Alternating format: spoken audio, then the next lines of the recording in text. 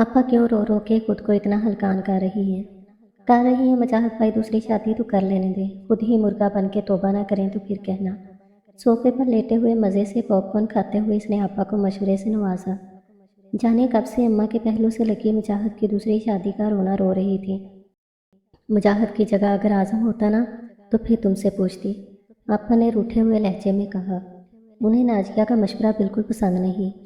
कसम ले लें आपा, जो मना करूं, बल्कि आज़म अरादा तो बांधे। ईमान से सारी रस्में करवाऊंगे, अपने हाथों से दुल्हन सजाऊंगी इनकी। इनके चेहरे पर एक शक्ल तक नहीं आई थी। सच कह रही हो? अंदर आते आज़म ने इसकी बात सुन ली और फ़ौरन तस्दीक चाही।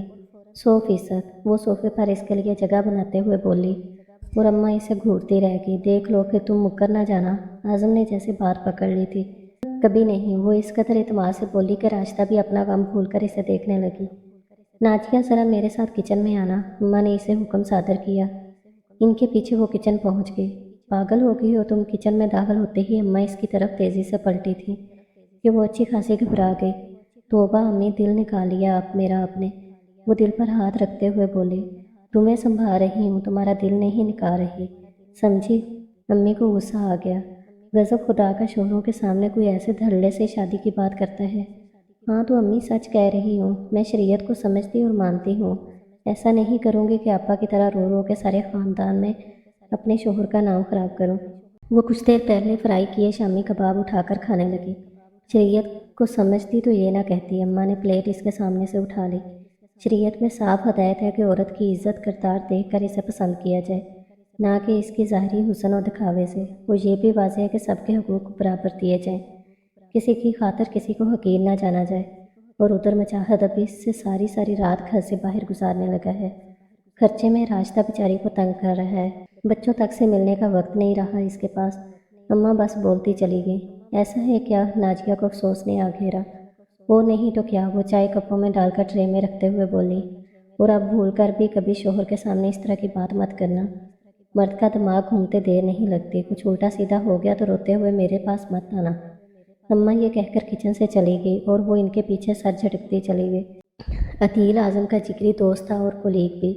अक्सर रात को खाने पर इनकी तरफ आ जाता था और वो दोनों भी इसके साथ को खूब एंजॉय करते थे। भाभी ज़रा नज़र रखा करें आज़म पर, ऑफिस में बहुत खूबसूरत स्टाफ भर्ती हुआ है। वो खाना लगा रही थी कि अदील ने शरीर लहजे में आज़म की तरफ देखते हुए इसे चढ़ाने के लिए कहा। नज़र रखकर क्या करना है अदील भाई? नाजिया मुस्कुराते हुए बोली। देख लें भाभी, फिर हाथ मलती न रह जाएं। ये न हो आज़म दूसरी भाभी का बंदोबस्त कर ले और आपको खबर ही न हो। अदील ने मज़ीद वजाहत की। बको मत, आज़म ने इसके कंधे पर मुक्का जड़ दिया। रहने दे, शौक करने दे पूरा इनको। मुश्किल हो जाएगी, मुझे क्या प्रॉब्लम होनी है? नाजिया ने नाक पे से मक्खी उड़ाई। देखा, मेरी बीवी की तरफ से खुली इजाज़त है, तुम अपनी फ़िक्र करो। आज़म मुस्कुराते हुए बोला। तो वाकई लगी है यार भाभी, आपको मानना पड़ेगा। वो नाजिया की तरफ देखते हुए बोला। वैसे इसमें मेरा कोई कमाल तो नहीं, क्योंकि ये तो मर्द का हक है, लेकिन फिर भी शुक्रिया। नाजिया तारीफ कबूल करते किचन की तरफ बढ़ गई। क्या ख्याल है, ज़रा भाभी को आजमाया ना जाए? वो फ़ौरन शरारत से आज़म की तरफ झुका। क्या मतलब? वैसे यार आज़म, अदीला है बड़ी कातिल चीज़। वो अचानक ही बोला। अदील ने कुछ सोचकर आज़म को आंख से इशारा करते हुए कहा और नाजिया को देखकर खामोश हो गया। नाजिया ने ना समझी से आज़म को देखा, लेकिन इसे खाना खाते देखकर वो सर झटक गई।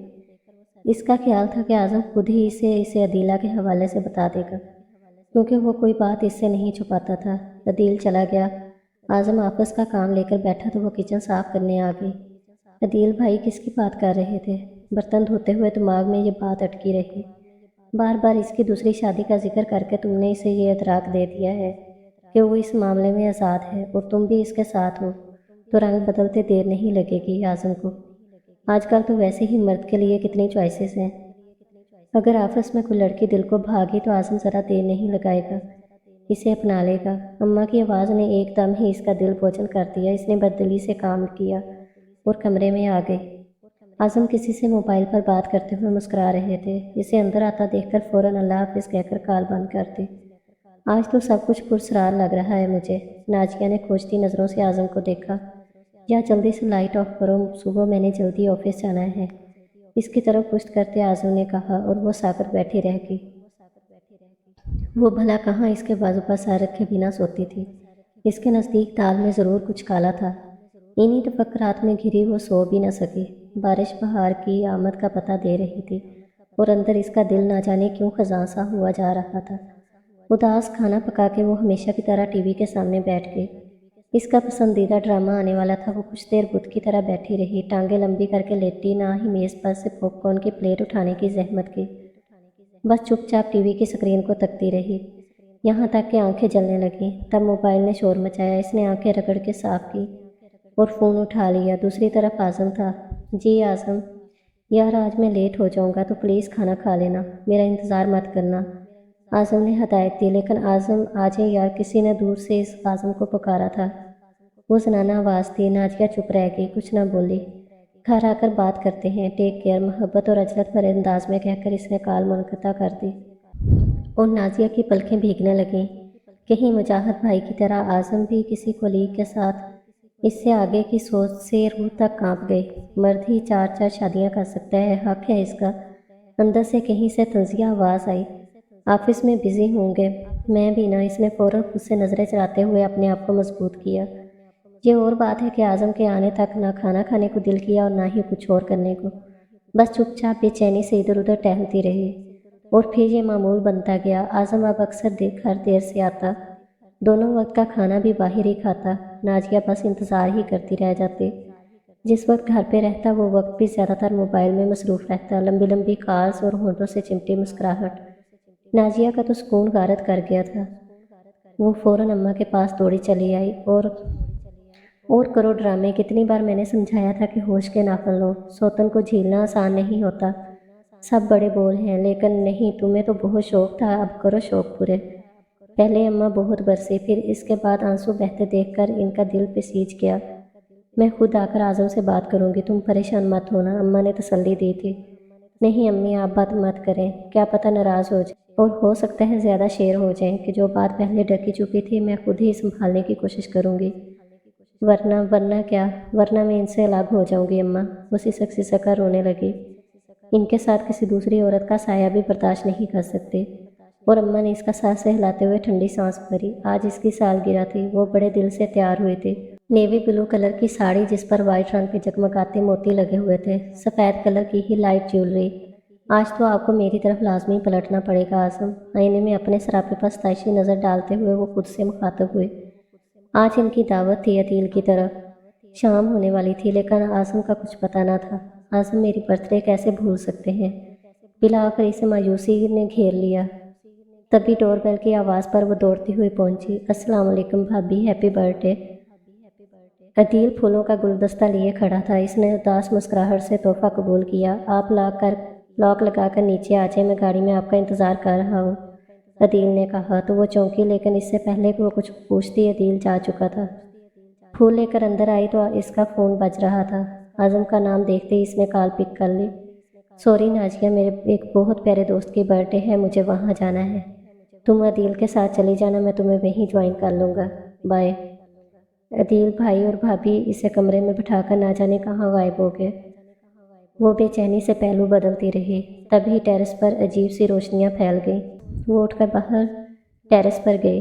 رنگ برنگے برقی کمکموں سے سجا ٹیرس اسے خوشگوار حیرت میں ڈال گیا۔ سالگرہ کا سارا اہتمام وہاں کیا گیا تھا۔ میز کے عین درمیان میں کیک رکھا ہوا تھا جس پر چاندی کے ورق کے ساتھ اس کا نام لکھا تھا، happy birthday Nazia, I love you allot.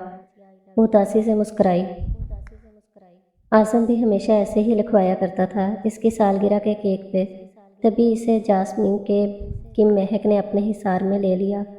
اعظم نے اس کی آنکھیں بند کر لیں، ایک آنسو بند توڑتا گال پر لٹک گیا۔ ہیپی برتھ ڈے اعظم کی جان، بھاری لہجہ۔ اس نے جھٹ سے آنکھیں کھول دیں۔ اعظم آپ؟ حیرت اور خوشی دونوں اس کی آواز میں شامل تھے۔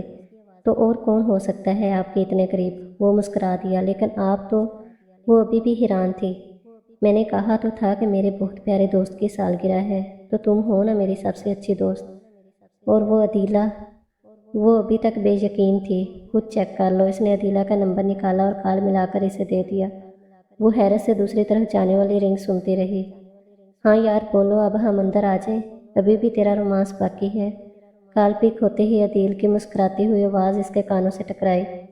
اعظم نے فون لے کر کال بند کر دی۔ अब पता चला मेरे लिए सब कुछ तुम ही हो। सारा खेल नाजिया की समझ में आ गया और वो इसके सीने से जा लगी। आप बहुत बुरे हैं आज़म, वो सिसक रही थी। भई अब केक काट लो, वरना भूख से तो मैं शहीद हो जाऊंगा। अदील और आमना अंदर आए तो वो झटके से आज़म से अलग हो गई। आपने बहुत गलत किया अदील भाई। वो अब भी अदील से नाराज़ थी। जो भी है भाभी, अब फिर कभी दूसरी शादी की हिमायत ना कीजिएगा, वरना अगली बार मैं सचमुच अदीला के हवाले कर दूंगा आपके हीरो को। इसकी बात सुनने पर सब हंसने लगे। बदतमीज़। आज़म ने इसे आंखें दिखाते हुए मजबूती से नाजिया का हाथ थामा और नाजिया ने दिल में शुक्र अदा किया और खुद को इत्मीनान दिलाया कि इसके आज़म के दिल में सिर्फ वही थी, सिर्फ वही।